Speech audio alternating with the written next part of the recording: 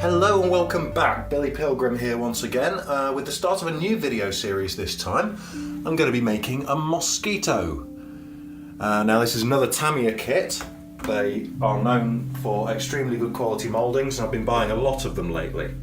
I've just completed a Bristol bow fighter made by Tamiya at about the same time and absolutely loved that, found the fit to be perfect and the kit to be really nice, if a little low on the part count. So I'm hoping that the Mosquito is going to be just as nice. I've already had a bit of a look at it and it's got a nice detailed cockpit. The fit is beautiful. In actual fact, I ought to confess I have started a little bit because I am basically a child and couldn't wait. And here it is, some of the main parts.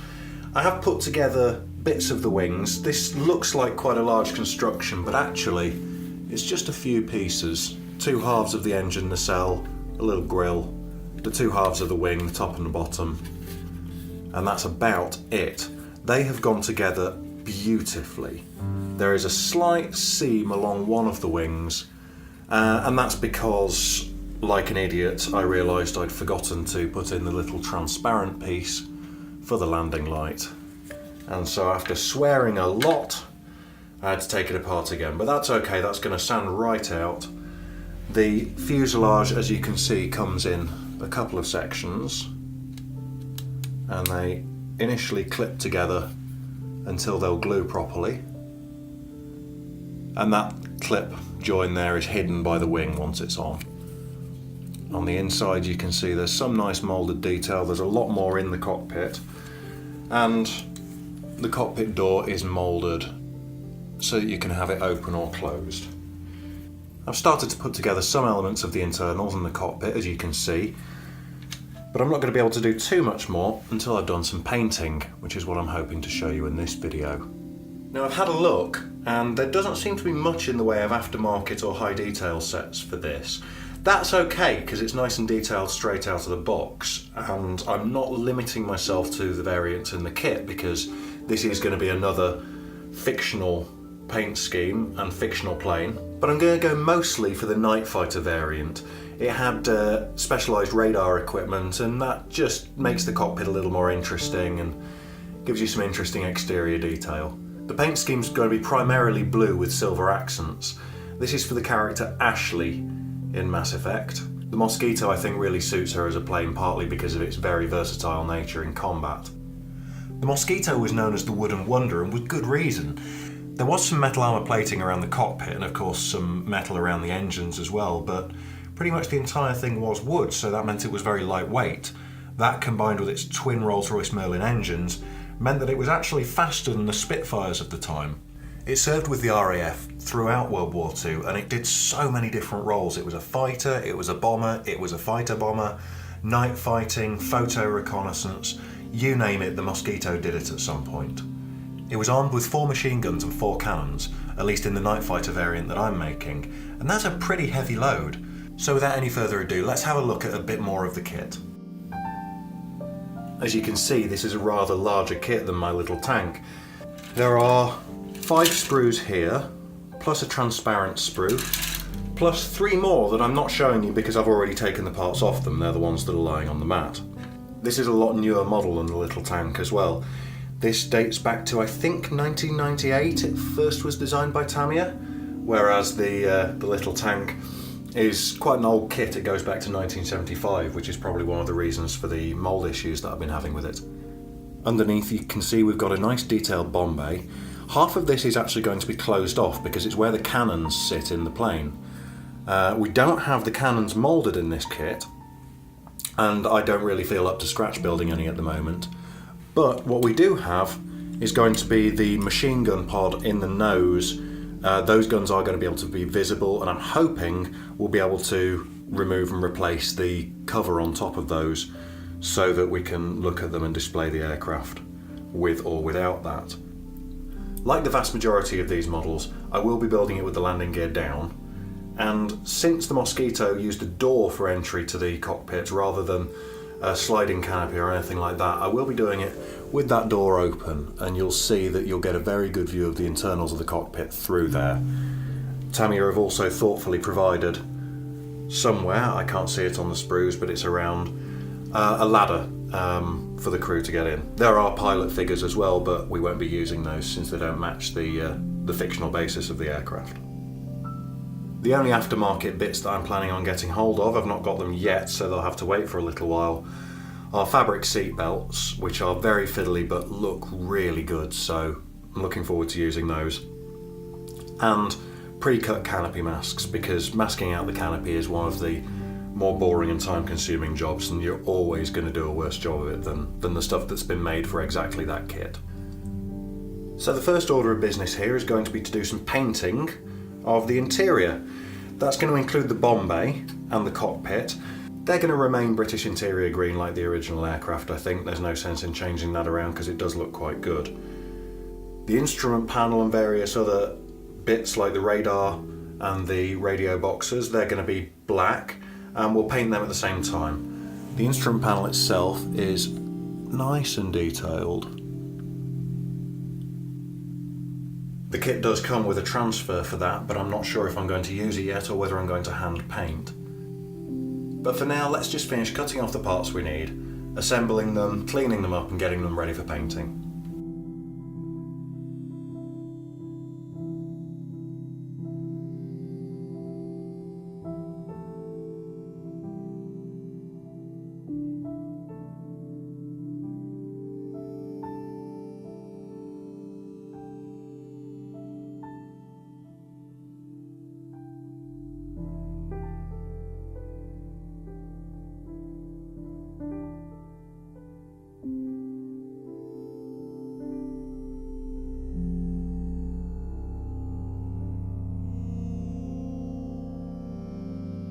All of the parts are cut off the sprue now. Some of them are going black, some of them are going green.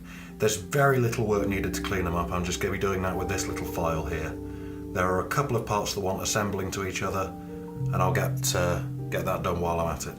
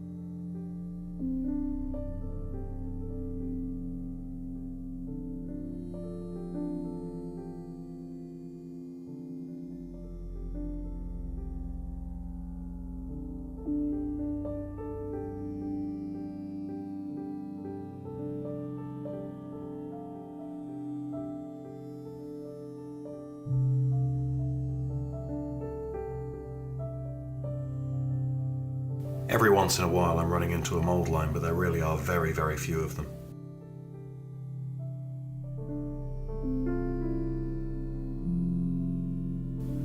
These pieces are just about ready.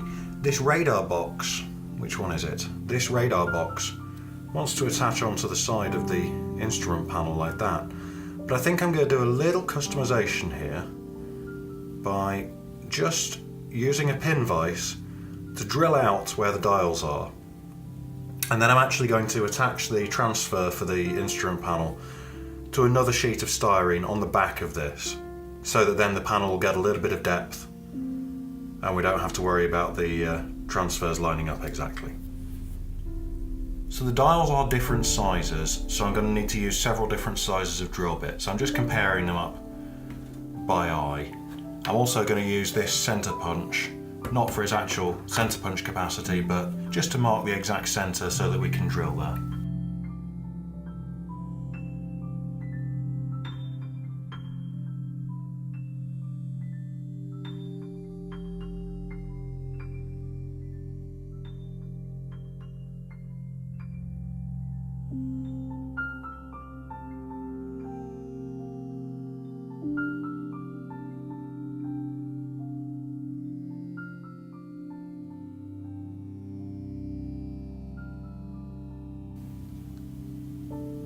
So there we have the first 3 holes drilled. That first one is very slightly off centre, but not so as you'd notice. And it's just a matter of getting the others done.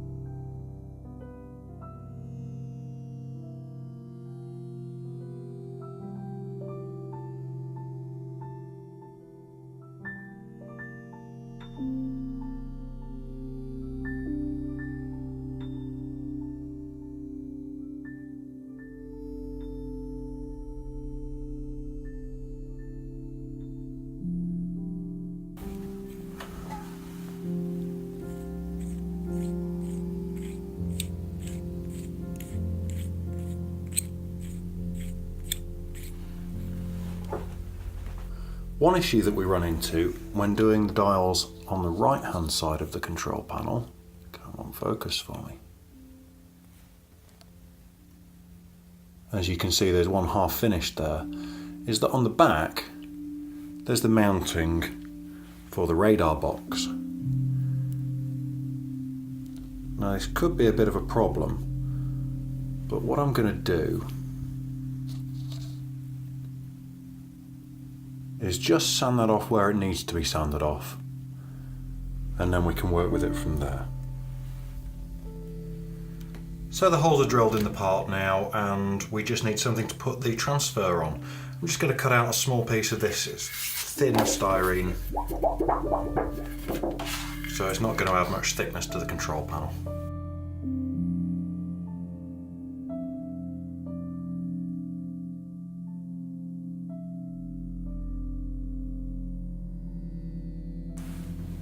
So that's just going to get soaked in clean water for about 30 seconds.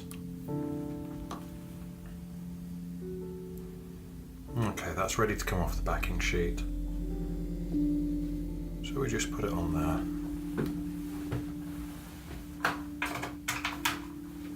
And just roll over it with a cotton bud to take away the excess water.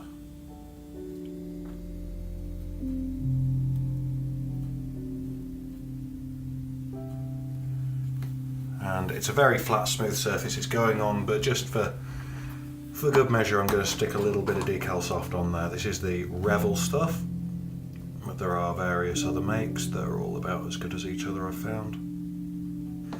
Do make sure that it plays nicely with the paints you're using. Some brands will dissolve some brands of paint, I've discovered.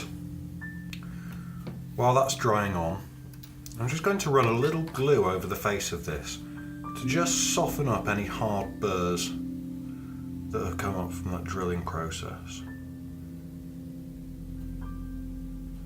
Not actually sticking anything to anything, just softening up that surface texture a little.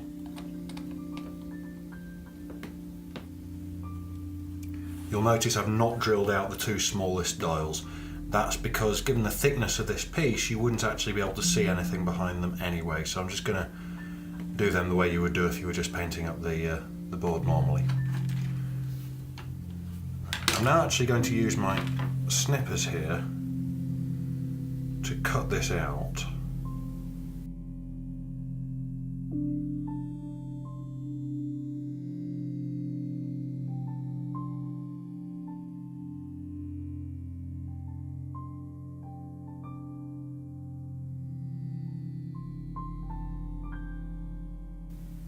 Welcome back.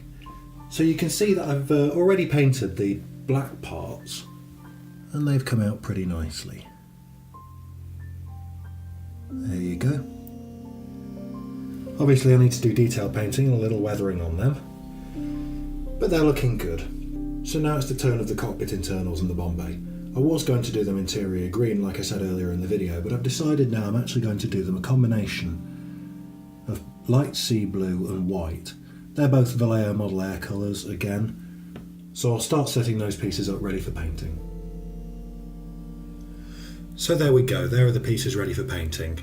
They're pretty much as you saw them last. One change I have made is that the cowling for the nose that covers the machine guns, I've actually cut in two along the existing panel line. I've just done that with a scriber, using the panel line as a guide.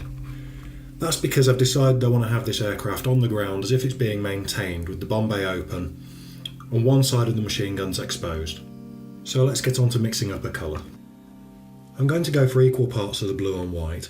I've got this little mixing pot which is just the bottom of a disposable plastic cup that I've cut the top off.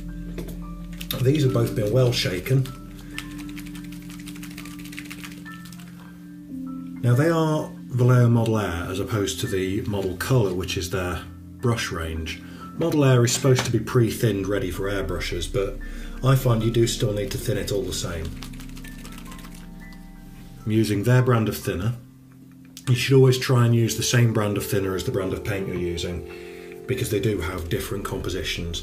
I'll be doing another video all about airbrushing later on, so I'll go into that in more detail then. So these come in dropper bottles, and I'm just going to put an equal number of drops of each into the corner of the tray.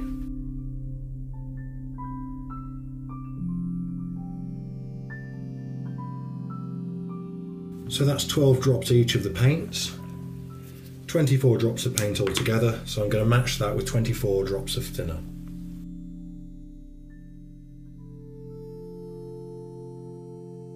By using dropper bottles and measuring it in number of drops, you can always get the same colour every time. So we're going to use a cocktail stick to give them a really good mix up together.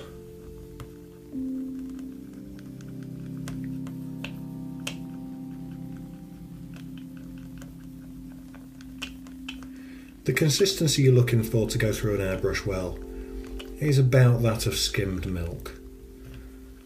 I never drink skimmed milk, but I reckon it's basically just a little bit thicker than water, which is what we've got here. So I've got my airbrush all ready,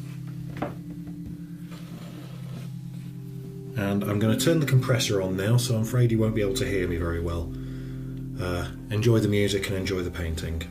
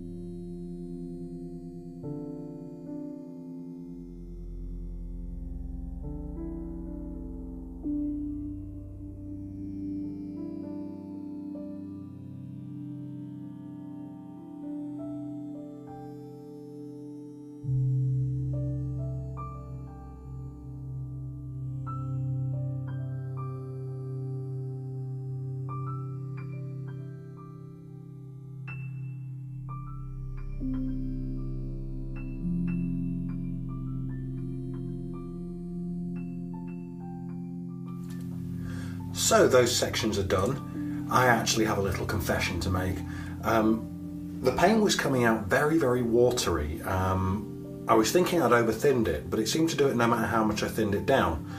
I think it was probably the white that I was using. I don't know if it's just the Vallejo white in general or whether it's the specific bottle I had, but it was making the whole thing very watery. So I've gone over it again off camera with just the blue, and that's gone on beautifully and given a really nice even finish.